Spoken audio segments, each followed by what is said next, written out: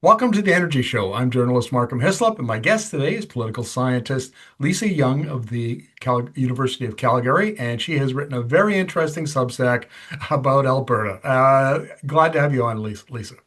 Always happy to be here. Your Substack focuses pretty much on Alberta and is a source of great insight on some occasions and mirth on other occasions. And I really like this one. It's less Ottawa, more Alberta, which immediately gets you going in the opposite direction. Tell us what you propose, because it's a good idea. Well, my observation was coming out of the announcement of this Alberta Next panel. And the suggested conversation topics, if you go to the website of this panel, are, changing the Canadian Constitution, getting out of the Canada pension plan, equalization. We've heard all of this before. And it occurred to me that this conversation about what's next for Alberta was focused almost entirely on Ottawa. And what we really need is to focus a little bit on Alberta. What are the problems that we're facing that we might be able to solve ourselves with the pretty significant authority that we have under the Canadian Constitution? There are lots of issues that are pressing and really do warrant some discussion. So my suggestion was that some enterprising opposition party in the province ought to just set up its own Alberta Next panel and talk about the things that we can control.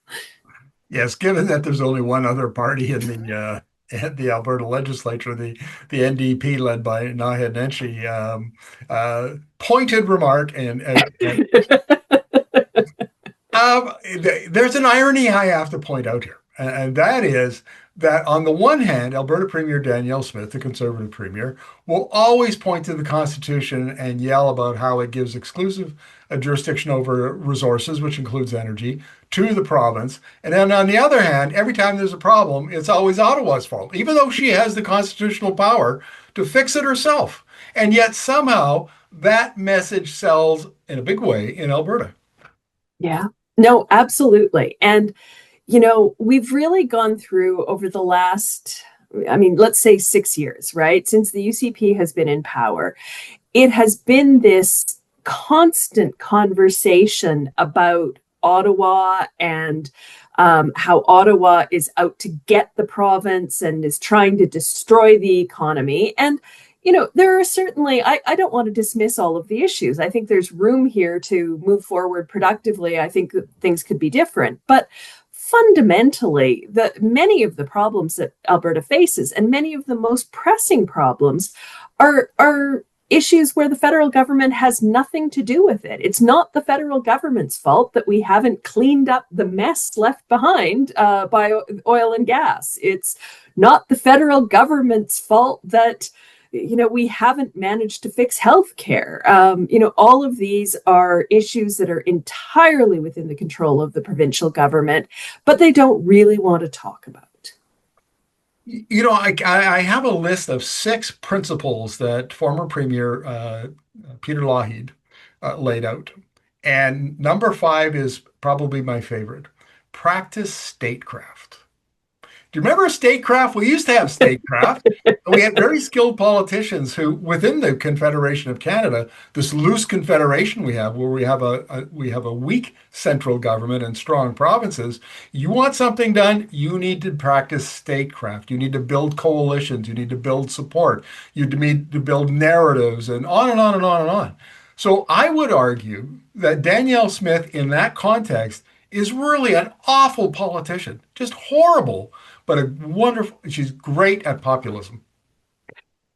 Absolutely. And, I'm old enough to remember the constitutional troubles that Canada went through in the late 80s and early 90s. And I wasn't an Albertan then. I was living elsewhere in the country, but Alberta was known as having one of the best federal provincial relations shops in the country, right? And, that's very much the Lougheed legacy. And you can see the imprint of Alberta on, the constitutional changes in 1980 because that shop. You can see the role that they were able to play because they understood the way that federal provincial relations worked, and they understood that this was a negotiation, right? And so when we look at this Alberta Next panel, and when it talks about the Constitution, it talks about that Alberta should get together with some other provinces and get the federal government to change the Constitution. Well, hold the phone. That's not how that works, right? And so to have this coming out of the government of Alberta, right, this sort of deliberate misinterpretation, oversimplification, it really is tragic. And that idea of statecraft would say, look, if there's something that's really important to you, where are you willing to give a little bit, right? What kind of negotiation are you prepared to approach this as? I had a kind of an epiphany in about 2022, 2023, and I was interviewing a colleague of yours, Lorian Hardcastle, who's a professor of law at the University of Calgary.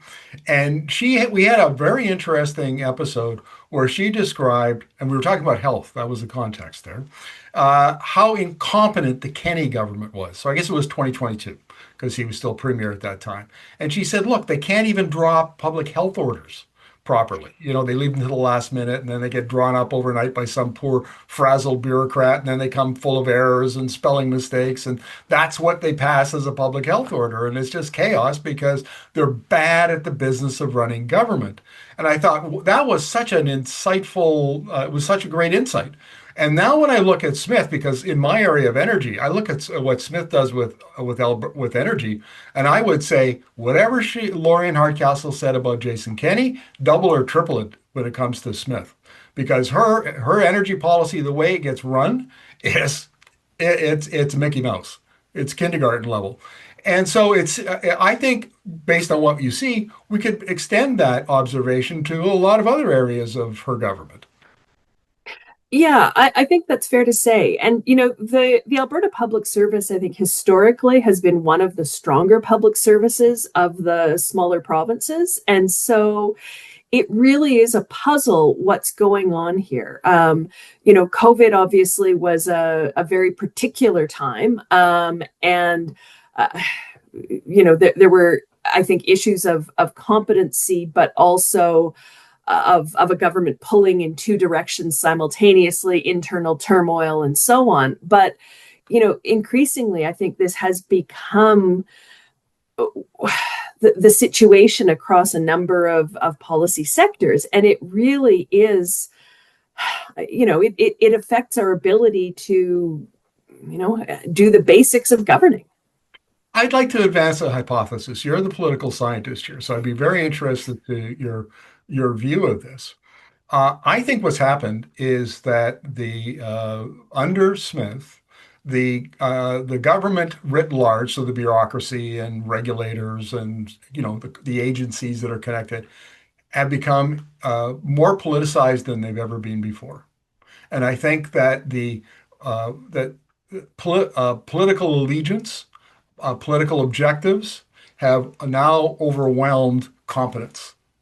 And just the business of running good government, the machinery, getting the machinery to work and to work within the framework you have, which is the Canadian Constitution, is now secondary to all of these populist political, agendas and the people that they bring in to implement them. So that's my hypothesis. What do you think? Yeah, we would need to gather a lot of data to know, but looking at anecdote, I think I go back to the healthcare sector, right? And some of the stuff that has come out through Carrie Tate from the Globe and Mail's reporting around AHS and the firing of the AHS chair and so on. There are some really peculiar things that are in that, and so you've got the Deputy Minister of Health firing the head of AHS and then assuming that role while he's still deputy minister. And then people had to yell at the government to say that's not appropriate.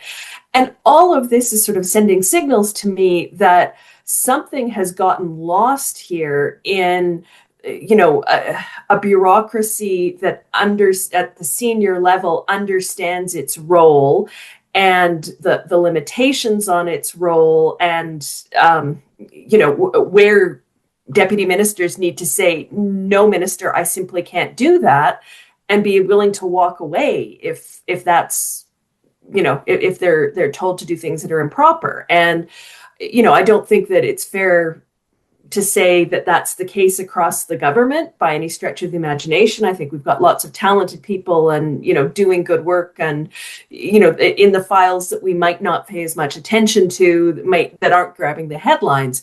But there are these little, the stories that come out that make you think, oh, how did that come to pass, right? I think you're being kind, which is fair enough, and we should acknowledge that. Obviously, civil servants there's plenty of competent civil servants in the government, so we don't want to dump on them. My point is simply that she had politicized the machinery of government, and so that. Yeah, I think there are ongoing efforts to do that, right? And it's not just Alberta by any stretch of the imagination, but we're certainly seeing some of that. And the American influence is always something that we have to be conscious of, and it's happening there to an even greater extent, right? And much more deliberately. So let's take a little pivot here and talk about Naheed Nenshi and the NDP, because Naheed, and who just won a seat in his seat in the legislature. So things may change now that once he's in the ledge. But up until now, and he's been a leader for what, 6 or 8 months, something like that. It's been a while. Longer than that, I thought. Yeah, it's been a while. Yeah. Been a while. Yeah. Yeah, it would be, oh my God, it's almost a year. So, okay, so let's say it's almost a year. And the comments that I'm hearing now, he had a honeymoon period because Naheed's a nice guy. And he was, he was like mayor of the world mayor, in 2014 when he was mayor of Calgary. But people are starting to say, look, they have not run a good opposition. Like, they haven't done the things that they were supposed to do. They have not held the government to account. They have not advanced a vision that, so that they would convince Albertans they're the government in waiting. They haven't done any of that. So how does Nenshi's leadership and the NDP play into this? Yeah, and I think, there are a couple of things, sort of mitigating circumstances that it's worth keeping in mind here. The first is that, Nenshi came to the NDP with lots of political savvy, lots of, profile in Calgary, but very little, if any, experience with party politics. And so he had to insert himself into a party he hadn't been a member of, and when he wasn't a member of caucus. And so that was challenging. So, I think he's had to get over that piece, and he's needed to get into the legislature. I think the other thing is that any opposition party would be struggling under these particular circumstances, right? And there's a couple of things. And I keep paying attention to the conversations within and about the American Democrats, because I think there are a lot of real similarities here, right? That are relevant to the NDP.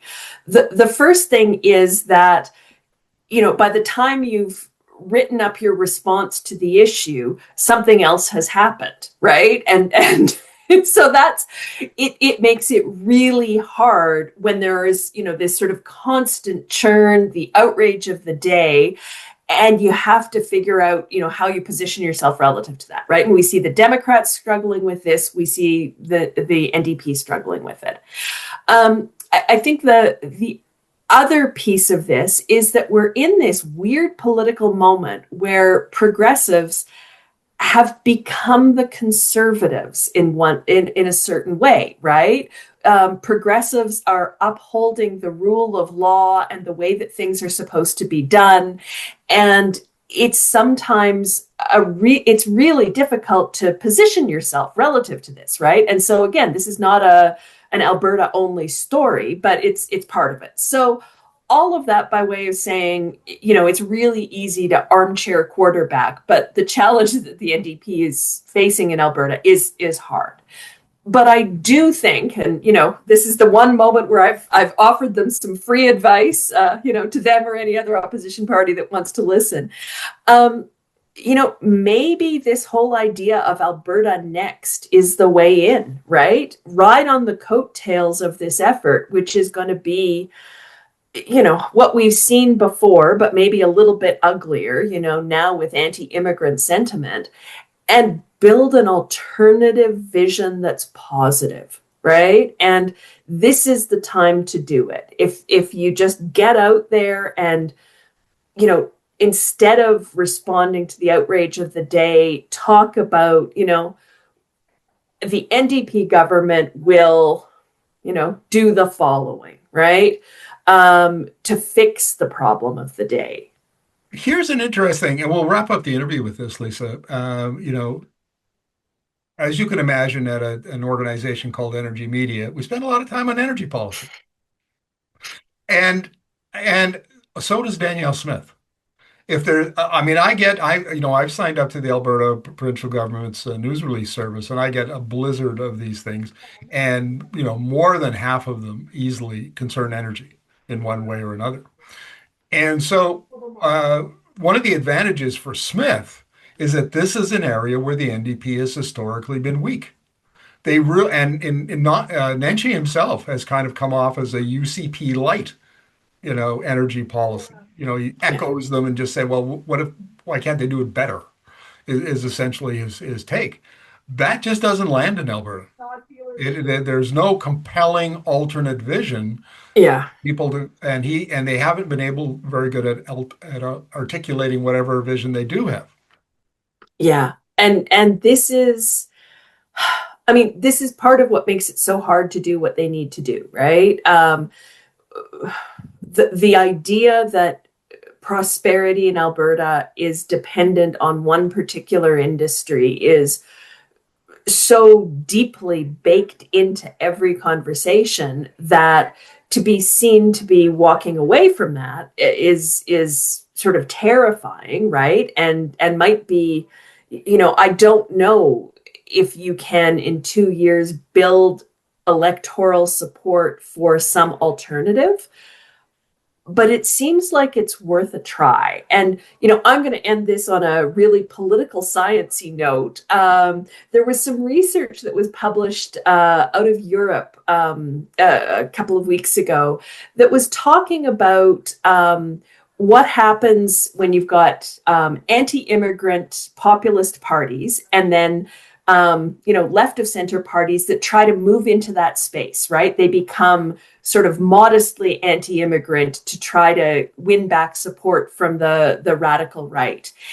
And it doesn't work, right? It doesn't have an electoral payoff for them. Parties that actually stand their ground and try to offer an alternative vision end up having better electoral support, and it's a better sort of challenge to populism. So I don't know how well it translates here, but it sure got me thinking. Before we go, I do want to, and this observation comes out of the work that Energy Media does. We have been on and on lately about the fact that Danielle Smith's vision of the energy future is absolutely rooted in the OPEC narrative.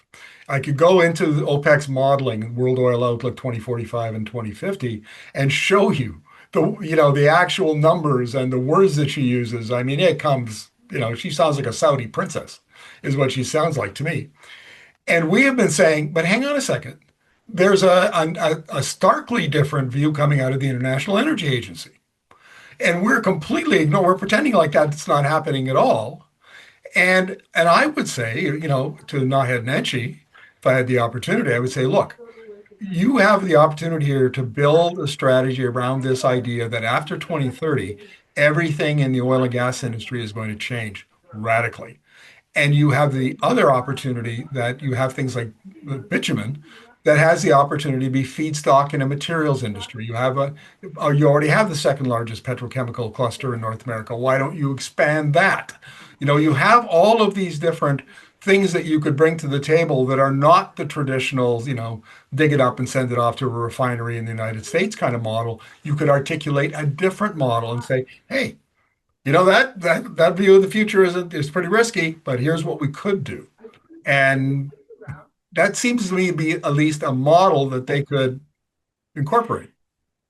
And I think, talking about something like that, about an alternative version of the future that acknowledges that, the energy industry as we currently understand it isn't producing the jobs that it used to produce, and that this alternative future might, in fact, offer hope to the 17% of young people who are unemployed. That I think, if it could be articulated clearly and in a convincing kind of way, it might have potential, right? And I do think that that's the direction that the NDP has to explore. And we're 2 years out from the next election. They don't have that long to do it. Well, Lisa, maybe you and I will have to organize the Alberta Next In our spare time. in our spare time. Thank you very much. It's lovely talking to you as always. My pleasure.